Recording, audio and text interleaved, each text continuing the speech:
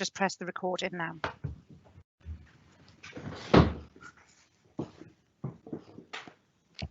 Okay. Thank you. Right, well, I'm going to welcome everybody to today's meeting of the Audit Committee, which is being held fully remotely and in accordance with temporary legislation changes to allow the Council to continue to operate in an open and transparent way. Decisions made at today's meeting are just as applicable as in a traditional meeting setting, provided the number of members in attendance ensures the meeting remains quorate. I would like to remind members that this meeting is being live streamed to the public. Can I request that you all switch off your cameras and mute your microphones when not speaking, and also ensure that you have your chat bar open for voting purposes. I have received no apologies for absence to date. If there are any apologies that need to be recorded, please make this clear in the chat and they will be recorded in the minutes.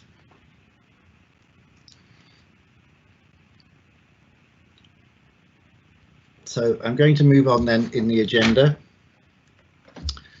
to declarations of interest. Members can indicate expressions of interest in the chat. I will invite members to speak to explain the nature of their interest if you do so. And if prejudicial, the member will leave the meeting and Democratic Services will advise the member when to rejoin.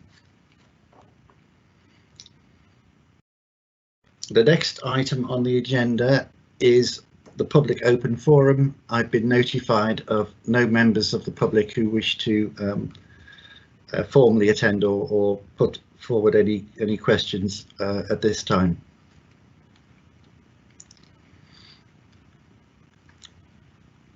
So the next item on the agenda is the action list from the previous meeting.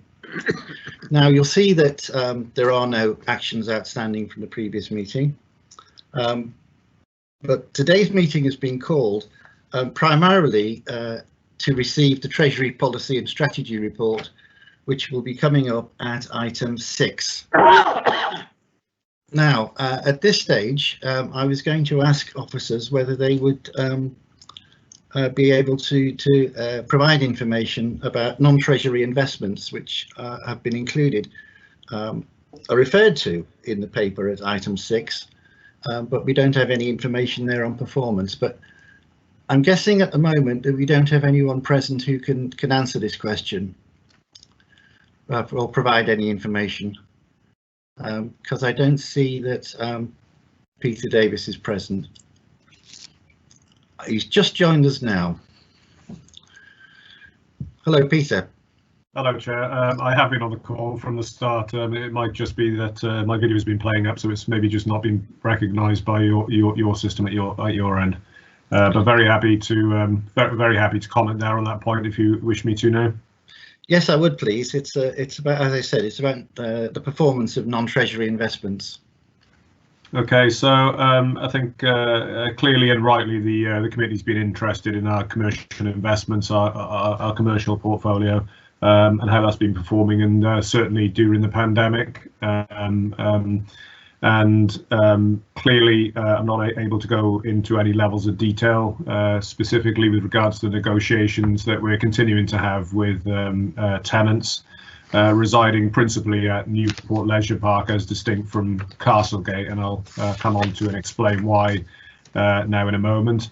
So I can't obviously share that detail. That's it's commercially sensitive, and for that reason I can't. But before I guess provide a sort of a broad update in terms of where things are, it's worthy of note, and I did mention it at the last meeting, that we will be bringing forward at the next meeting of the Audit Committee, which I believe is on the 25th of March. We will be bringing the annual report back into Audit Committee on the performance of Investment Committee and in fact the investment portfolio itself. So Audit Committee will have its opportunity, at that point to discuss matters of obviously good governance around the Investment Committee and how we obviously oversee and keep on top of the performance of our investments, and that'll be the opportunity for the committee there. In terms of the current position, it's worthy just to note that all members are in fact able to have access to the papers of investment committee. Clearly, there's an important matter of adherence to code of conduct given the commercial sensitivity of information therein, but they are able to separately look to request that information if they so wish.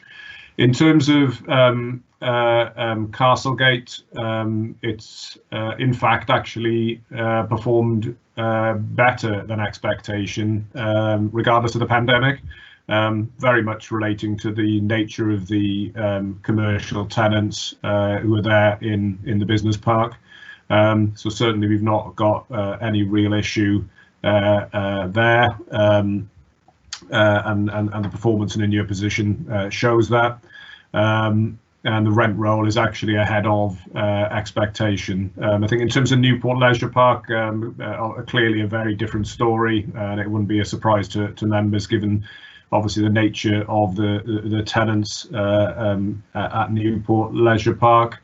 They've obviously been in the main heavily hit by the restrictions that have been in place as a result of the pandemic. But I guess on the positive end, and a credit to Welsh Government, and credit where credit's due, they have come to the fore and gone further, in fact, than what has been the case in England. So certainly Welsh authorities have actually been able to benefit from what is called the COVID Hardship Fund, Welsh Government's COVID Hardship Fund for local authorities. We have been able to recover, certainly for Newport Leisure Park, the majority, if not all, of our income losses that we have suffered during the year. We've had 2/4 of claims that have gone through and we've recovered money back from Welsh Government. The third claim is just going through clearance at the moment. Jonathan's currently involved in that conversation with colleagues at the moment, and we would expect in the coming days to have again sign off and recovery of income losses for the third quarter, and I very much expect the case to be the case for the fourth quarter as well.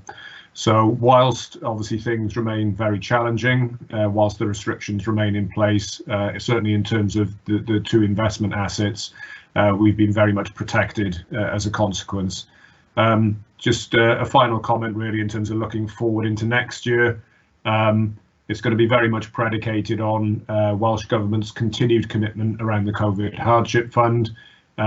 Those announcements are pending, and we're probably going to have to wait a few weeks, I think. The Chancellor's announcement next Wednesday, the spring budget announcement, we expect to provide certainly Welsh Government with clarification on the levels of funding that will be coming through to support public bodies through the pandemic, obviously into next year, next financial year.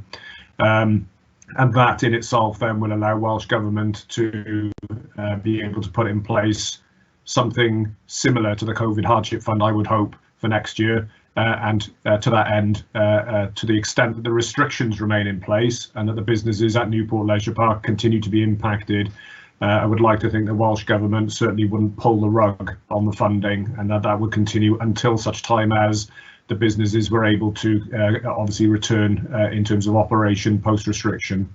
So hopefully, Chair, that's a bit of a broad brush sort of update in terms of where things are at. Well, thank you very much for that. I think that was helpful. I don't know if any members of the committee wish to put any further questions to you on that. I'm not getting anything in the chat bar at the moment. I think I'd better give it a minute.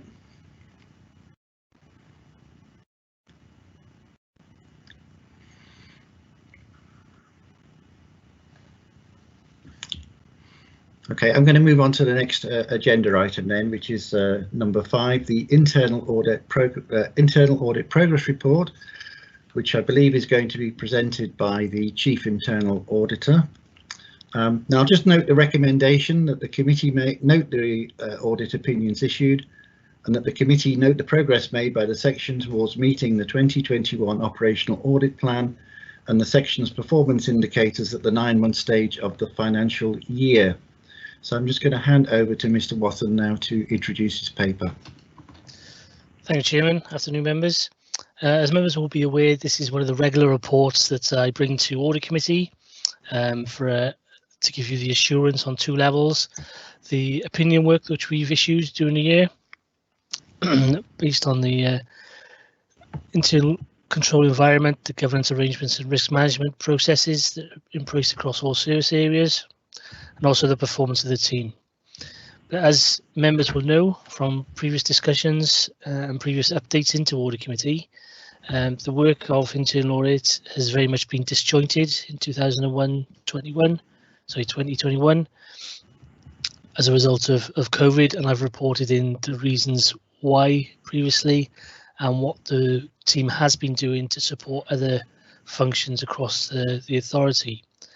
So the last time I reported in February, I provided a paper to members saying that the majority of the team were being taken out to support the TTP function and that audit work would be limited. That was successful, and they've done a significant amount of input into that. But as of Monday, the team will be back into the audit function and will be backing off the TTP and only held in reserve in case numbers significantly increase within the next couple of weeks. So that said, we've got 4 or 5 weeks then with majority of the internal audit team back doing audit work, and I'll cover that in just a moment. But in terms of where we are as at the 31st of December, first 9 months of the year, the revised audit plan was agreed by members of Audit Committee in October, and work commenced on that plan in October. So it doesn't give us much time before we were giving up our resources to TTP. In that time, we have issued 16 audit reports to draft stage, 3 of which were opinion related, and those were will be noted in the appendix. We've also been involved with the National Fraud Initiative, preparing the data sets for submission, and they went off in December. Data's come back in January, and that's something we will be working on moving forward. What we've also done in the Q3 was extensive work on the implementation of internal audit recommendations. This has previously been reported into Audit Committee. And what we've done is to try and make sure that service managers are actually implementing the recommendations that they've agreed to in the action plans of their own reports. So when we undertake an audit and deliver a report, there's an action plan which is agreed by management at the end. And this is a check to make sure that those were being actually implemented. So on a sample basis, we checked 65% of the recommendations that were made and agreed. Of that 65% of those recommendations were either implemented or partially implemented across all service areas, and that is slightly lower than in previous years. So I'll be reporting that into my chief officer, which is Peter, and then the intention is to share that information with members of the senior leadership team to cascade then through their DMTs and their service managers. So the intention was to try and give you more assurance around the other work that we're doing where we got limited opinion work. In terms of school visits, as you're probably aware, they're still not up and running as normal, so we've been unable to undertake any site visits, and any follow-up work which we intended to do in relation to Mon Life and the tourist sites are currently on hold because they are seasonal, and many have not reopened during the pandemic. So moving on to the performance of the team, which is Also shown in the appendix, we've only captured the information in terms of draft reports issued against the plan. So where are we against the plan? All the other information has not been captured this year because the work has been so disjointed. So if I could just move members onto the appendix. Appendix 1 of your papers shows that we've got 3 opinion related audits out to draft in Q3, and they're listed there, which are in a variety of service areas and directorates. But reassuringly, all of the opinions are positive. There are no limited opinions in that work that's been issued. We've also been involved with non-opinion work, and that's listed in the next table down.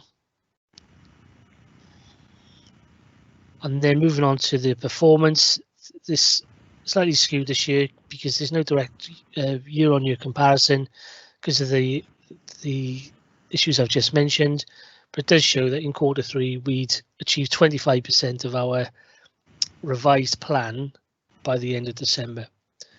And just to give members some more assurance that moving forward, now the team are back in the fold, we will be concentrating on opinion related work in the next few weeks going into March to try and get as many draft reports out as we possibly can, which are opinion related, and that will then impact on the overall opinion, which I will give to you at the year end in my annual report.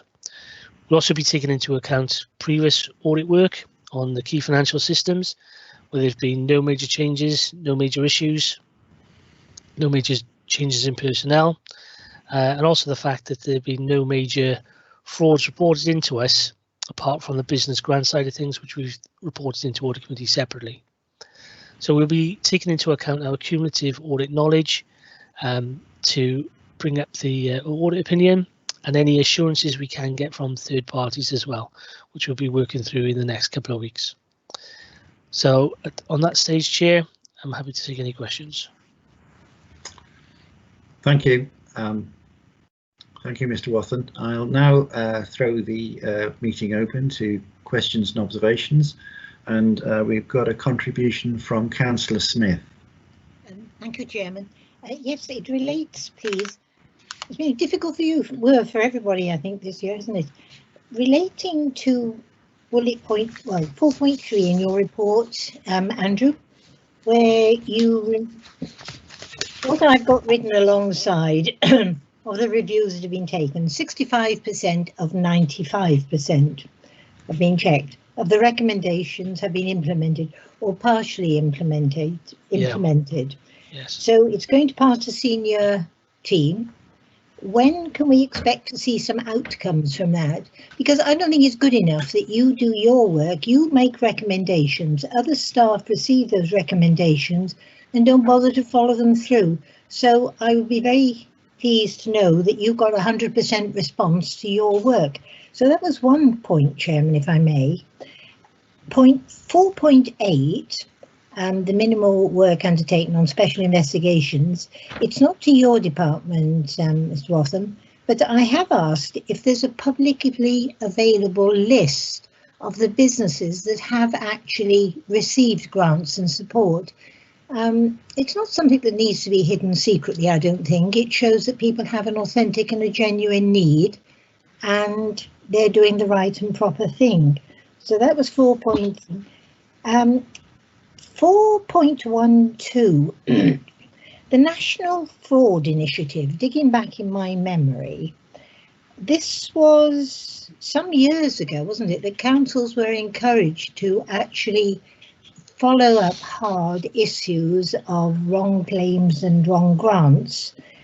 At that stage, the councils, I thought, retained a percentage of monies that were actually found to be faultily paid. Does that still apply? Or have I just had imagination? And then my final one was, what was there? There's something, oh yes, I just, along 5.1 and 5.2, well, those paragraphs obviously refer to 4.3 when that responsibility lies to other people, senior managers, to ensure that we get responses. Thank you very much, Chairman. Thank you, Councillor. Thank you, Chairman. Very valid points, and thank you very much for that, Councillor. In terms of 4.3, the recommendations that have been implemented, I think that's an absolute fair point. The way it works is that we agree an action plan with the service managers. So the 95% is the agreed recommendations that they've said that they would implement. Yeah, that's fine. And on check-in, on a sample basis, they haven't implemented as many as we would have liked. So you're absolutely right there. And I'll be reporting that into my chief officer, as I said. So that will go through the process, and I can imagine, I would imagine that I would be in a position to report back to you some progress, probably by the end of the Q1 of 21-22. Right. So then everybody should have complied with your requirements. That's the hope. Yeah. That's the hope. We've certainly sent some reminders out. And work has been going on in the background in terms of the significant recommendations that have been made, and we have had some feedback, so that it is progressing, but those stats were taken at a point in time. So improvements have been made, but at the time we did the review and calculated the performance indicators, it wasn't as good as we had hoped. So I think let's hope for progress. Thank you. And I think Peter would like to add something to that comment as well, Chair. Okay. Yes, Peter. Thank you, Chair. If my video isn't coming up, it's being intermittent, but hopefully you can hear me. So just to sort of supplement really what Andrew's touched on, myself and Andrew have been in discussion. We had a catch up this morning where we talked this through, and it coming off the back of obviously the report that's in front of you today. And Andrew's absolutely correct in terms of, you know, there's an incumbent responsibility, I guess, on my part to be discussing both with the leadership team, but actually, and as I confirmed to Andrew earlier, you know, a discussion I'll be picking up with each individual chief officer. I think it probably warrants a personalised discussion, so that each individual chief officer can understand, obviously, the importance in terms of making progress with the recommendations that haven't been either fully or partially implemented yet. So I will be taking that through with each chief officer, and so that you know, the progress that is likely to be going on already, that, you know, there is a loop of comfort, I guess, back into me, but also into Andrew. You know, that by the time that we do come back into audit committee, as Andrew suggested at the end of Q1, you know, that significant progress has been made. The only final comment I would make is, again, where Councillor Smith started in her input, is the recognition of, you know, the year that we've been through. The organisation has been under a huge amount of strain. I would suggest that things are probably in a new normal. They are still very busy, but certainly not to where they were, certainly March through June through to the autumn and the period we've seen through Christmas. So I think this is an opportune moment really for those conversations to be picked up, and as we move into the year end, you know, assurances that progress is being made. Thank you. Thank you, Peter. Mr. Watson, was there any further response to Councillor Smith's questions you needed to give? Yeah, sure. 4.8. Is there a list of is there a publicly available list of all grants, the recipients of grants? I don't know is the answer to that. I can find out for you and report back. As far as I'm aware at the moment, it was quite sensitive information at the time, but I'm not involved in the administration of that, so I'm not aware. Again, I think Peter can comment further. Yes, please, Mr. Davis. Thank you. And funnily enough, I've just been checking in the background whilst Andrew's been obviously dealing with the queries. I've just been checking with my colleague Ruth Donovan, who's responsible for overseeing the administration of the business grants. So Ruth's understanding is in fact that when we talk about GDPR and data protection, the data controller within the GDPR regulations. Data controller for this is in fact Welsh Government and are not us, because we are simply administering the payment of the business grant. But our understanding is that in fact Welsh Government are in fact planning on publishing a list of businesses who received a grant in the near future. You know, we haven't shared a list, even despite requests from sort of other business networks within the county. So yeah, I think it's just a case of a watching brief, and you know, when we become aware of that information being made available by Welsh Government, we can certainly look to circulate that information on to Councillor Smith or the committee if that's so desired. Can I just say, Chairman, it's not an issue of being nosy or wanting to know, just so that the public is reassured that the appropriate people are receiving their entitlements, and it'll perhaps deter folks who are not quite so entitled. So it's not a nosy question at all. It's public money. I know it comes from Welsh Government, but it comes out of somebody's pocket originally. So thank you very much, Peter. Sorry, yes, Councillor Smith, I would just add that clearly, just in terms of the sharing of such information, you know, there needs to be consent for that information to be shared. And again, Welsh Government is the data controller. They would be the one who would be determining, obviously looking to secure consent from businesses for that information to be shared. And the further point, just in terms of making sure that businesses who are entitled to it get it.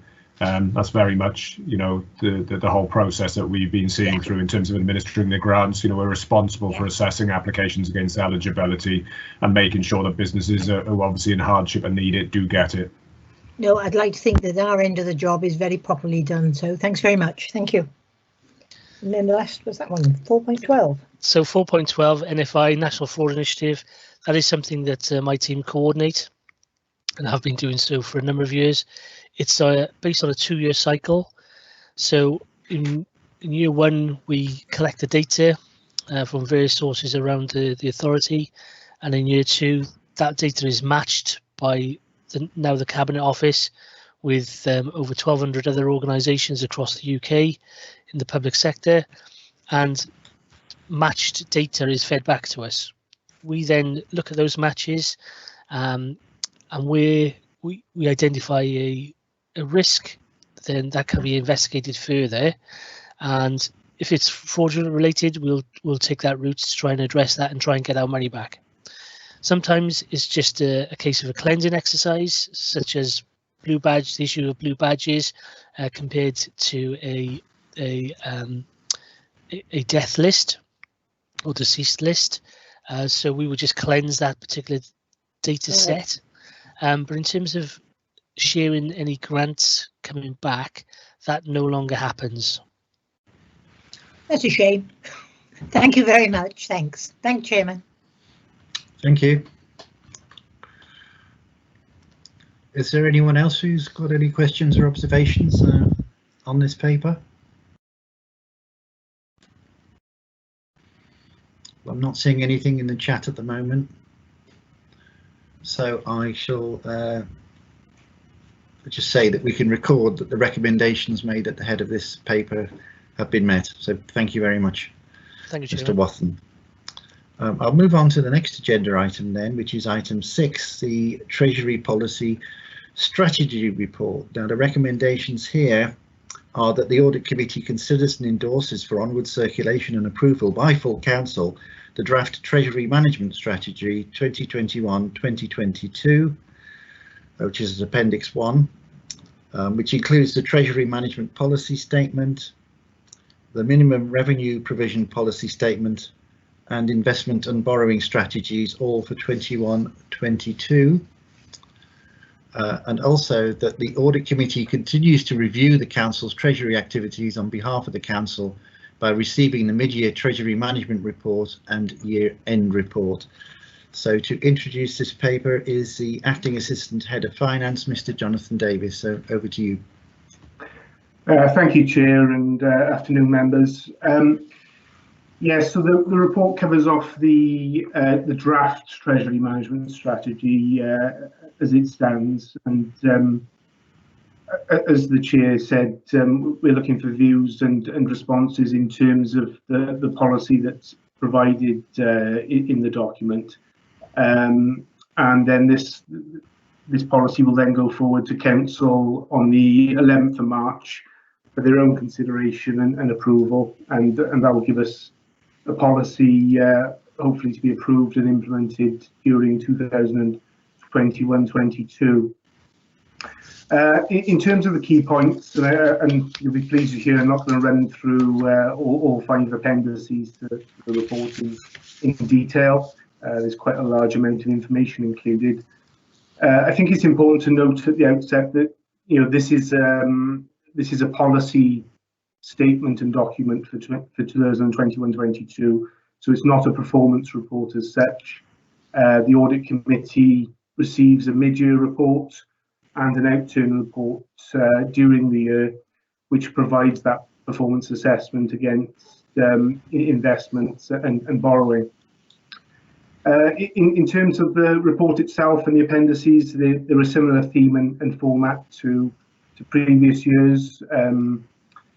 There's no significant policy change compared to previous strategies, so it's very much status quo in terms of that. We've made some minor refinements, I guess, to our investment strategy, which I'll come on to shortly. So in terms of the strategy itself, it sets out the longer term borrowing requirements and plans driven by our approved capital programme and the capital programme that will go to Cabinet next week and onwards to Council on the 11th of March. It includes how we will manage our surplus funds and ensuring that we always look to security and liquidity before looking to higher returns on those investments. And it also sets out our borrowing strategy for the year to meet the financing requirements of the capital programme itself. So in terms, firstly, of the borrowing strategy, the report itself notes that we are really towards the bottom of the Treasury cost curve for an authority like Monmouthshire, who is a net borrower. So at the current time, even though we have probably near historic lows on interest rates, it's still quite difficult to justify locking into longer term borrowing for us, given that would have an immediate impact on our revenue budget. So short term rates are so low at the moment due to the current economic circumstances that locking into that longer term borrowing for more certainty would give quite a significant revenue impact at the present time. That being said, I think as we move through the year, we need to keep an eye on our levels of long-term borrowing compared to short-term. We certainly don't want to be caught in an environment of a rising interest rate situation. So we will keep an eye on that as the year develops. I think that there may be a stage where we have more certainty over capital expenditure being incurred, that we would look to secure that certainty maybe over the long term. But like I said, we need to balance that with the impact on the revenue budget. In terms of investment strategy, and then this is where the minor refinements have come this year. As I said, the primary objectives are to secure and have liquid funds before we look to higher returns on those investments. Given the very low returns that we're seeing at the moment, I think members may not be aware, but overnight deposits, which we sometimes have to make with the Debt Management Office, were in reality returning negative returns at the moment. So even though there's a positive bank rate, when you take into account transaction costs, we are seeing negative returns. So we're trying to mitigate that by using more liquid instruments and trying to limit the amounts that we need to put with the debt management office overnight. So to that end, we're looking within this strategy to make some moderate increases to the limits on the instruments that we can use to avoid those negative returns. So we're looking to increase our limits with money market funds and also with pooled fund investments. So in the case of pooled fund investments, members will be aware that we've got an existing investment portfolio in terms of some multi-asset investments in pooled funds, which invest in property funds, some bonds and mixed share classes, and those do provide much higher returns for a moderate increase in risk. I think it's important to note that we have to hold a minimum of £10 million worth of investments to meet the requirements of the financial regulations, and we'll need to hold that £10 million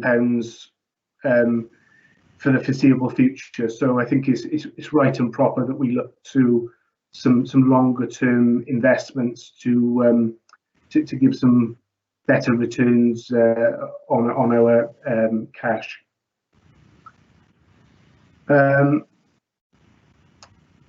I think I mentioned that we're making some moderate refinements to those investment limits. I think the report notes that we're looking to increase the limits, but they're acting as limits. They're not targets for the Treasury team.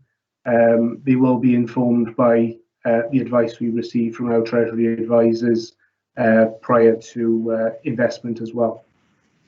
What amending these limits does is it allows us the flexibility. We have a comparatively small Treasury team compared to our peers, and they're making complex investment decisions on a daily basis. So it gives them that flexibility and as I said, an option to avoid having to invest too much and in deposits that are going to attract negative returns. In terms of external impacts on the strategy, I think members will be unsurprised to note that the pandemic and the ongoing Brexit situation will be major influences on the strategy as we go through the year. Our advisors' opinion is that bank rate will remain at 0.1% at least to the end of 2023. However, that is a forecast, and there are certain risks around that, and we'll have to be in constant dialogue with them as the year progresses. In terms of the Treasury budgets for the next 4 years, those are highlighted in the covering report in paragraph 7.5, and I think it's just important to note that the proportion we're forecasting that a slightly reducing proportion of the total budget, the total authorities budget, will be directed to Treasury costs over the medium term. This is based on the current capital budget proposals going to Cabinet next week. But I think it's important to highlight that capital investment in the latter years of the medium term programme may well increase as we get more certainty as new political administrations work their way through at a national and local level. Just finally, in terms of the minimum revenue provision policy, which is noted in the covering report at 3.6, we are not making any proposed changes to the policy that we've had in the current year, 2020-21, and we'll be continuing with the mechanisms that we've used in the current year. Chair, as I said, the appendices contain quite a lot of detailed information, a lot of which we are required to publish by statute. So I'm not going to cover it in any further detail, but happy to take questions at this point. Thanks. Thank you for that, Mr. Davis. I've got a contribution from Councillor Murphy. Yeah, thank you, Chair. And believe it or not, I was sad enough the other day to sit down and I read through absolutely all of this, and it's quite a remarkable feat, I think, that the team carry out. It's a considerable amount of very technical work, and there's a lot of limits to what we can do. But one question came to mind as Jonathan was speaking then. We have made more money out of pooled investments than we do generally. What scope is there for increasing that, or is it that not something that we would wish to do?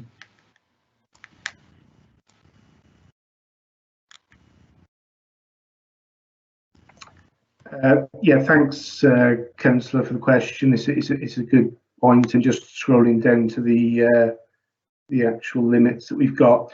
So you're quite correct in terms of those pooled funds returning, a good return on investment for a small additional risk. And I think it's important to note that these are seen as long-term investments, as I alluded to. And there's both a capital element to the investment and an interest return, and those interest returns have been pretty consistent over the past few years, even during the pandemic. Returning, I think, from memory, because obviously this isn't covered in this report, around 4% or just under, I think. But in terms of the limits, the limits in the current year are for a total of £6 million.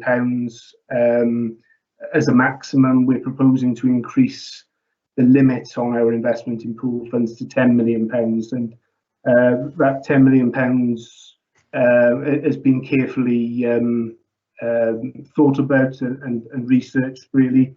What it does represent is that minimum amount of investments that we're required to maintain over the long term to meet the requirements of the MiFID II legislation. So yes, we will be looking to increase our pool fund investments. What we will be looking to do is ensure that they're diversified over an appropriate number of pooled fund managers, so that we spread that risk and as much as possible, and provide that security of funds that we're looking for. Yeah, okay, that's what I thought you were going to say, but thanks for that. Could I just ask Jonathan? You mentioned the figure of £10 million as your upper limit of these types of pooled investments. What kind of proportion would that be of the money that we do have invested or on deposit?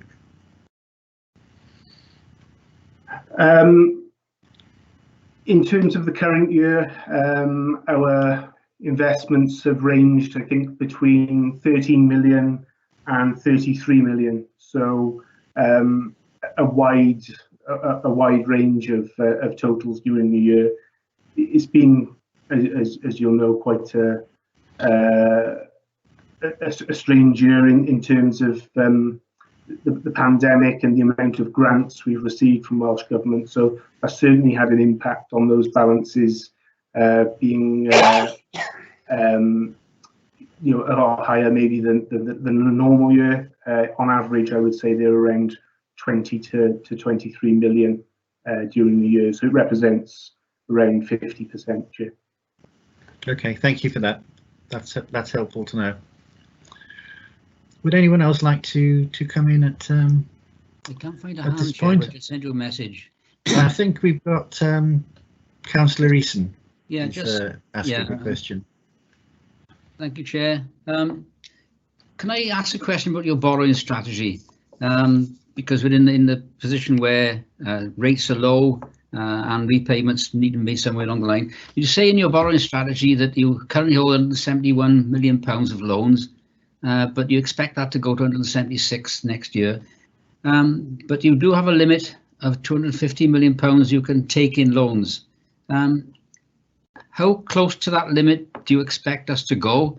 And is it really prudent to go any higher than where we are at the moment? Would it be better to come down? Are there ways of coming down? And sort of parallel to that, are our investments really trying to balance the books in that respect? I'm not a financier, but that's the best way I can put it. Yeah, thanks, Councillor. Thanks, Chair. It's quite a complicated situation, I guess, in terms of the current economic outlook. I think what's important to note first off is that our borrowing requirement is driven by the capital programme, and our investment in the capital programme that isn't funded by either grants or internal resources, so where we have to borrow. So we have those amounts are set, and that's what we look to finance during the year. I think it's important to note in Appendix 5 to the paper that we have Prudential indicators for the year, and that gives a statutory limit on the amount of debt that we can physically take or draw down. So for next year, you'll note that is 246.5 million. That is the absolute maximum we can borrow without getting further approval from council. Alongside that, we also have what's called an operational boundary, which acts as a management tool for us to measure against in terms of our borrowing at any one time. The reason I said it's a little bit more complicated is that you'll have heard us use the term internal borrowing in the past when we've reported to Audit Committee. And what we are currently looking to do is use as much of our internal resources first before externalising our borrowing. So we are using our reserve balances, our day-to-day working capital, and those funds that we receive day-to-day to fund our day-to-day expenditure before looking to draw down external loans. Where we have to draw down external loans, we're currently undertaking short-term loans. The rates on those, as of today, are as close to zero as it goes. We could borrow for 6 months at around 0.08%. So when you compare that to how much we'd have to pay for, say, 15-year loan, which would cost us in the region of 2%, you can see that there's a really significant revenue budget impact to going longer term on those loans. But as I said at the outset, we do need to carefully manage that position, because what we don't want to be caught in a situation of is a rising interest rate environment where we haven't got certainty over our long-term borrowing costs, and then we're chasing the market as such. So hopefully that covers the question, Chair. Yeah, I think so, Chair. Thank you. Right, thank you for that. I don't know if this is relevant to the point just made, but do you agree, Mr. Davis, that the table, that's paragraph 7.5 in your report, seems to indicate that the cost of borrowing is set to reduce as a proportion of total spending over the next 4 years? Is that the way we should interpret that? It is, Chair. What we have got is a total authority revenue budget, which is budgeted to increase year on year for various reasons. Welsh Government settlement projections are positive So we'd naturally see an increase in the total authority budget. But our Treasury costs at present are quite static, so you'd expect to see that proportion reduce slightly over the medium term. But I think, as I said at the outset, it's always the case that those latter years, so 2023, 24 and 24, 25, the capital investment plans may still be in their infancy, so those are quite likely to change and increase as time progresses. So we may well see further borrowing to support capital investment in those latter years. Once the authorities' capital investment plans are more certain. Thank you. I'm just waiting to see whether anyone else wants to come in with any comments or observations. May I, Chairman? Yes, Councillor Smith. Thank you. I'll sort out how to put the message properly in the bar rather than get it stuck on the right-hand side sometimes. You may, at the beginning of the report, 1.5, I got a little question in my mind. Is this adequate? It says as a minimum, the audit committee will receive reports. Well, basically, it's just 3 reports in sort of before it happens, while it's happening, and when it's done. And things are very uncertain at the moment. And I just wondered if this is adequate enough for members to keep a meaningful track. I personally find it extremely hard reading, but I thank you for the report. I found it very interesting, and I like the graph very much on 5.6. I found it's good. It's clear and it makes a lot of points. But there was one point I wanted to ask, Chairman. You just asked that one. Regarding Arling Close, now obviously they're the experts supposedly. They give advice. Presumably they were appointed under a tender situation. I'm just curious, what is their cost to Monmouthshire County Council, and have we got any performance targets for them to actually reach? Because when you read the report, really a lot of it, not guessing, come on, there is experience there, but I really do wonder how much benefit we actually achieve from, and whether they have got any targets to actually show that they have given good advice to us and we've benefited from that expenditure. So thank you very much, Chairman. Okay, Ms Davis, a couple of points there. If you could, if you got anything that you can offer to us. Thanks, Chair, and thanks for the questions, Councillor. In terms of the reporting to Audit Committee on Treasury performance, you're quite correct in terms of it being a minimum requirement to report twice a year to Audit Committee. What does happen separately is that the costs of the borrowing that we're proposing for the year, and also the returns on investments, are monitored as part of the revenue budget monitoring, which is a minimum of 3 times a year, and was actually I think 4 times a year for the current financial year. So the surplus or deficit compared to our financing Treasury financing budgets would be monitored as part of that process to Cabinet at a minimum of 3 times a year alongside that. And also we've mentioned the non-Treasury investments in terms of our commercial portfolio, and obviously those are monitored regularly via the investment committee. So there are alternative structures in place and processes in place to monitor the performance of both of those. In terms of the Arling Close contract, I'll need to be a little careful on what I divulge here. Our contract is currently our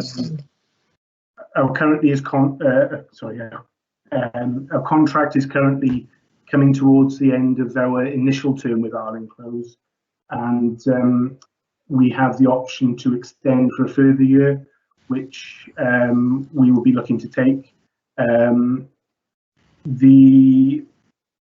The cost of the contract I wouldn't be able to divulge, purely because we will be looking to go into a tender situation in the next financial year to renew that longer term contract. But in terms of the performance, we meet regularly with Arling Close to discuss their performance, their approach to the advice that they give to us, which is actually significant day to day.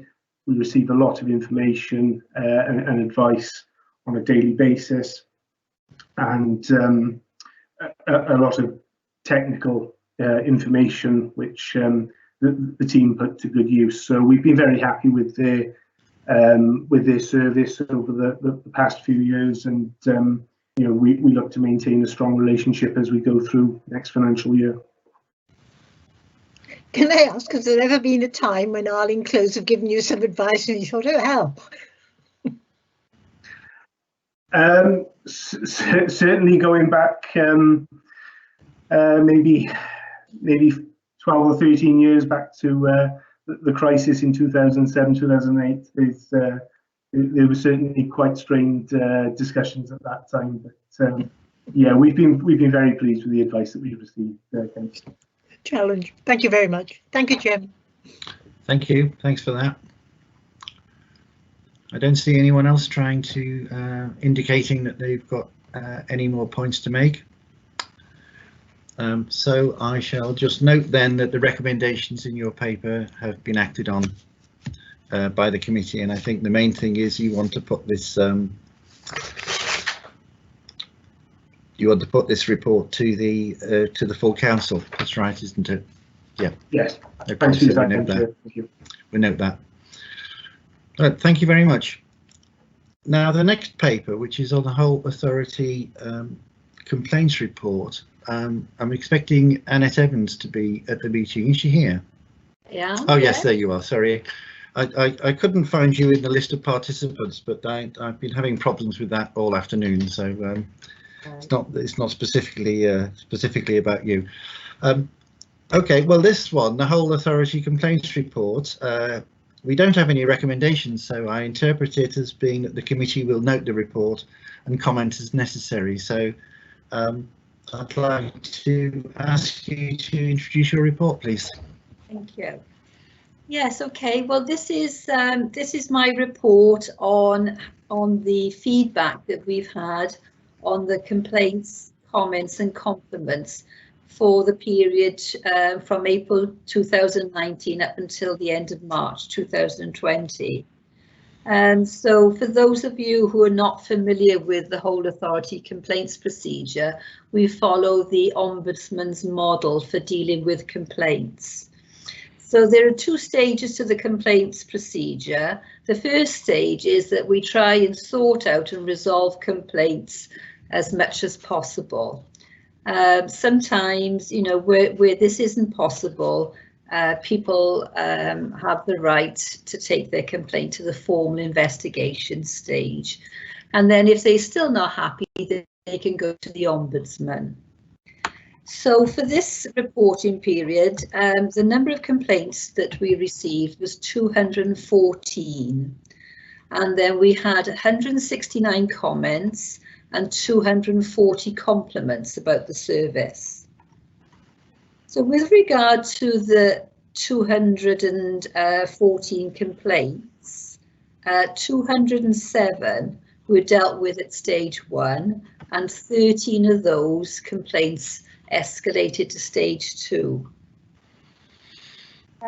With regard to the Ombudsman, one complainant took their complaint to the Ombudsman and it was referred back to us for investigation because they hadn't gone through our complaints process initially.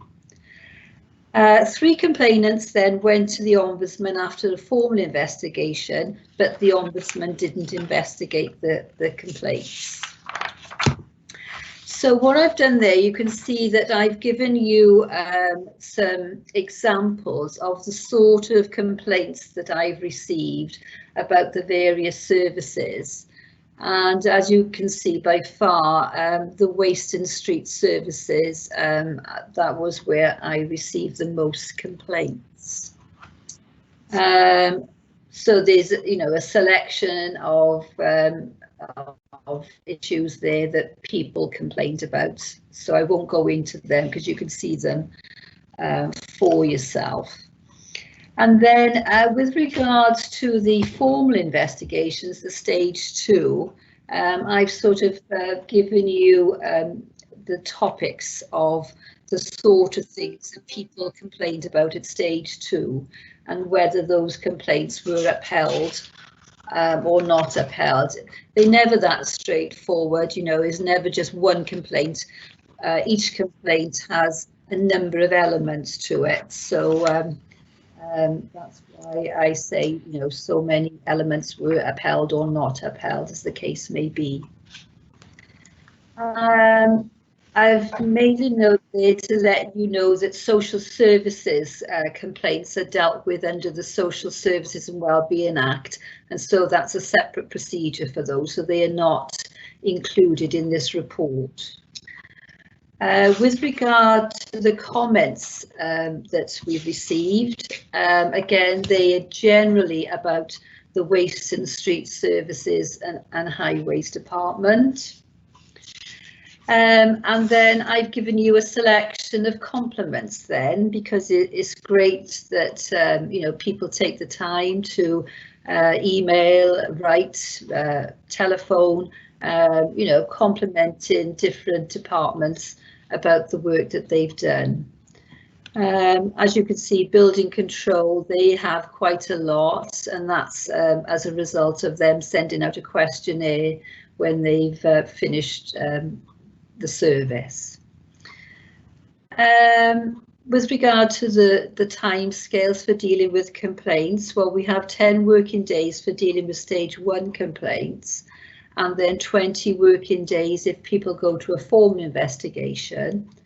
And then when the 20 working days are up, the appropriate head of service has a further 10 working days to respond to the report and the report's findings and recommendations. Occasionally we have, we sort of a bit like a reception service, you know, when people don't know where to go to, they come to us when they have a request for a service, so we deal with those and you know, try and sort out issues for people. All the time with complaints, we're always trying to learn from them. You know, we do our best to make sure that we, you know, we put things right when things have gone wrong. And especially with stage 2 complaints, we always have an action plan afterwards to make sure we act upon the recommendations arising out of those complaints. And then we follow that up with the appropriate department or team manager, head of service, etc., to ensure that those recommendations have been implemented. So I've taken you through the report there. The report is for your information, but happy to take any questions. Thank you very much. I'm just waiting to see whether we do have any questions. I sent a message here. Is that Councillor Easton? Yeah, I sent a message because I can't find my raised hands. Good afternoon, Annette.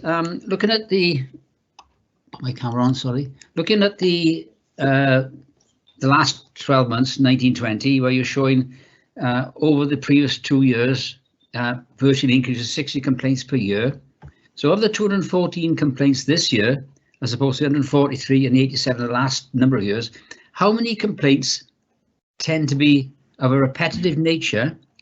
And if they are of a repetitive nature, was the action taken at the beginning, say in 2017, to prevent them being repeated in the same way in 18, 19, 19, 20?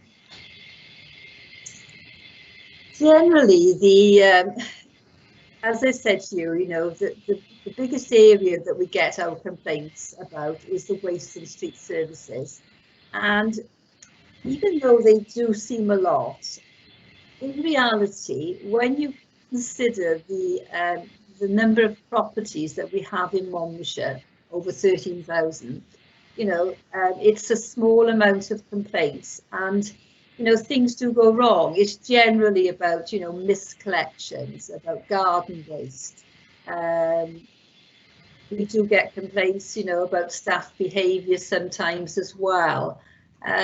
So we do our best, but human error comes into it a lot. So there isn't a lot we can do for that. But with regard to the waste and street services, the complaints went up considerably, and the comments, because at that time the service undertook a review, and there was a big change in the collection rounds. So they had to change the vehicles, and there were issues about access. The vehicles that used to go down a particular lane weren't able to go down that lane. So as I say, the vehicle had to be changed. The workers had to get used to the new routes. So there were a lot of issues there that needed to be ironed out. So I don't know whether that answers your question or not. Not really. Or I'll ask it in another way. When did that problem begin? Because in 2017, there were 87 complaints, 143 in 2018 and 214 in 2019. What I'm wondering is, had adequate action been taken year on year if the same sort of complaint is coming up? What action do we take to solve it? Because if you look at the statistics, at the end of the day, 5 complaints were considered to go to the Ombudsman. One was sent back to us to be sorted out. So of all the complaints, only 5 were serious enough to go to the Ombudsman. So is the analysis providing flippant information? I would use that word guardedly, as opposed to looking at the real problems when we do get a real complaint. Well, yes, we do look at the real problems. I mean, it's up to the complainant to go to the Ombudsman if they wish to go to the Ombudsman. It's down to them at the end of the day if they're not satisfied with the investigation that we carry out. I mean, very often, if it doesn't go in their favour, they will decide to go to the Ombudsman. But with regard to, learning from the complaints, I mean, all the time we talk to the managers and the heads of service to ensure that these sort of things don't happen again. And, those formal complaints, 13 formal complaints for this particular period, that isn't a great deal. When we compare ourselves to other authorities comparable to ourselves, our complaint figures are very low. So, but I'm not saying that that's okay, because it's not. We don't want to have complaints, but what we do with the appropriate team managers and heads of service is, talk about these complaints and what we can do to make things better. I'll relate my thoughts to one particular concern I had in my ward, where a resident wasn't getting the proper service from the waste and street services. The lady made a complaint. It went on a few more times. It took a little while to really get the proper conversation with the waste and street services and the resident to get the thing solved. And then it was solved. And that was solved on the ground. It didn't come to you as a complaint. It was solved with the men on the floor, myself and the resident. And I thought that was a way to resolve a lot of problems without lumbering you with a lot of paperwork, quite honestly, where problems really could be solved there and then on the ground without being escalated into a paperwork trail for yourself. In other words, is the system really are we really benefiting from the system of getting good information, whereas a lot of it is really clouded by work which could be sorted out on the ground there and then without making an official complaint to yourself? There are probably, I mean, I would imagine that, you know, our complaint figures could be doubled. They don't always come through to me because, like you say, you know, the workers on the ground and the teams, you know, they try and sort it out. And that's what they should be doing anyway. You know, they should be trying to sort things out. They shouldn't just be saying, well, if you're not happy, you know, you can complain about it. They should be trying to sort things out for the residents.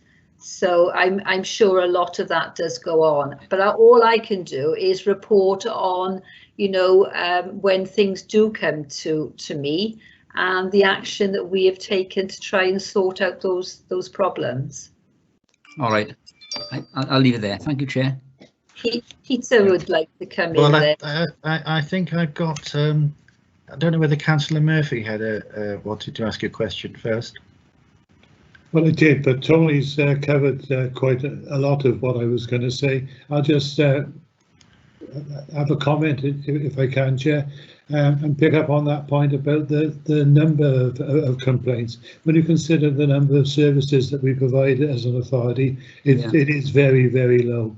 And yes, there are a lot of things that come up to individual ward members that are resolved outside, and I agree with Tony. Absolutely, that's the way to sort it out.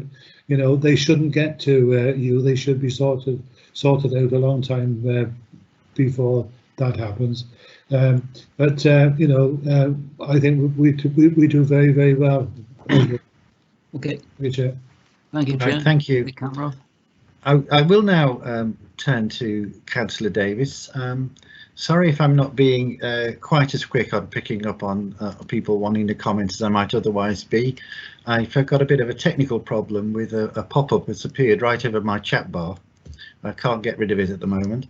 But Councillor Davis, Peter Davis, did you have a point you wish to make? Thank you, Chair. I thought I'd been elevated into a very esteemed position then, but no, I am still here as Chief Officer. Yeah, thanks, Chair. It's just a couple of comments really. First off, you know, massive thanks to Annette.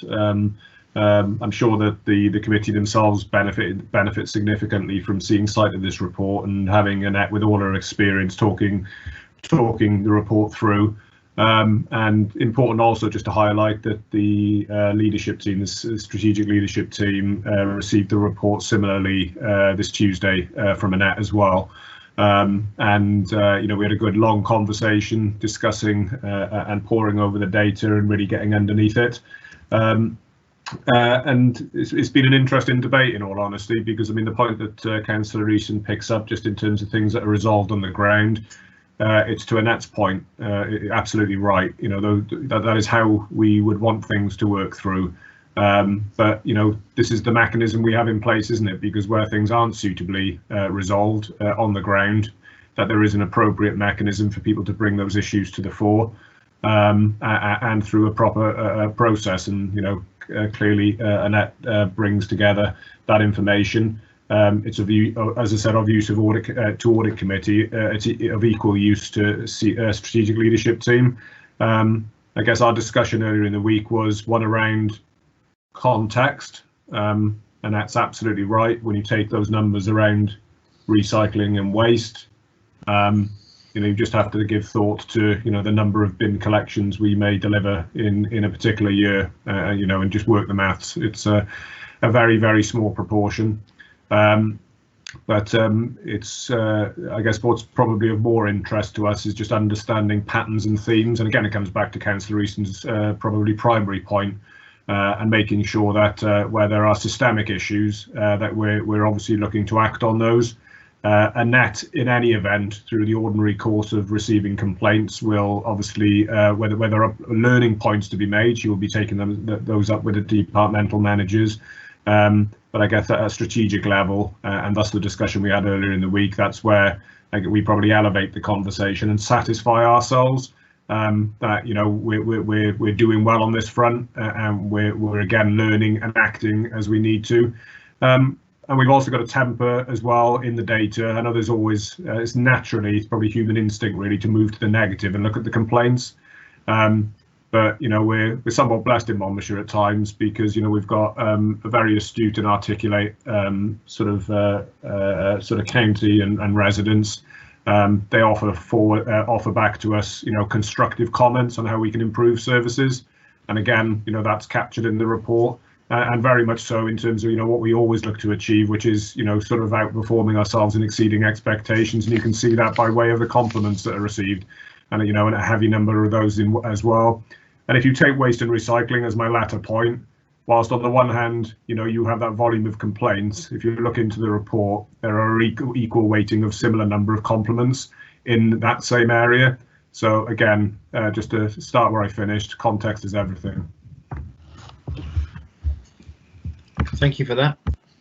Thanks very much. Unless anyone else wishes to make a comment or ask a question at this point, I would just like to thank Annette Evans for her report, which has been duly noted by the committee. Next on the item on the agenda is the forward work plan. It's been supplied. I don't know if there are any comments or additions to be made at this point. I'm assuming not. So now we'll move on to the minutes of the previous meeting.